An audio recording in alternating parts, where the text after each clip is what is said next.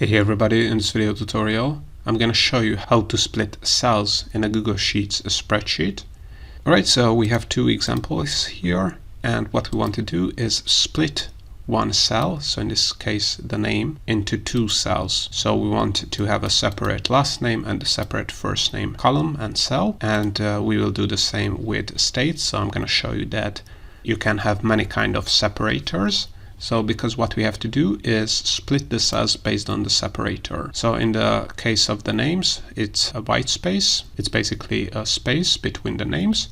So all we have to do if you want to split the cells into two separate cells is to select the cells you want to split, then click on data and select split to split text to columns. And what you can do is detect it automatically, and Google Sheets is pretty good at that.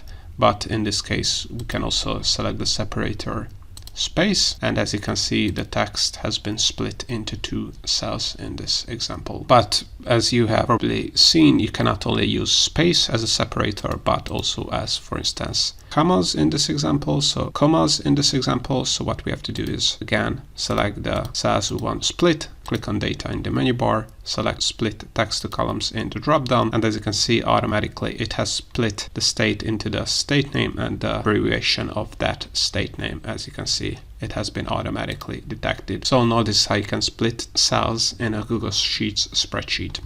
I hope you found this tutorial useful. If you want to get access to our complete Google Sheets function database, or our Google Sheets Shortcut Keys ebook for free, and other Google Sheets resources and Google Sheets templates, then make sure to check the links in the description below. Also, if you want to learn more about how to use Google Sheets, make sure to check out our YouTube channel and playlists, where you have a ton of tutorials, and more Google Sheets tutorials are coming up, so also make sure to subscribe.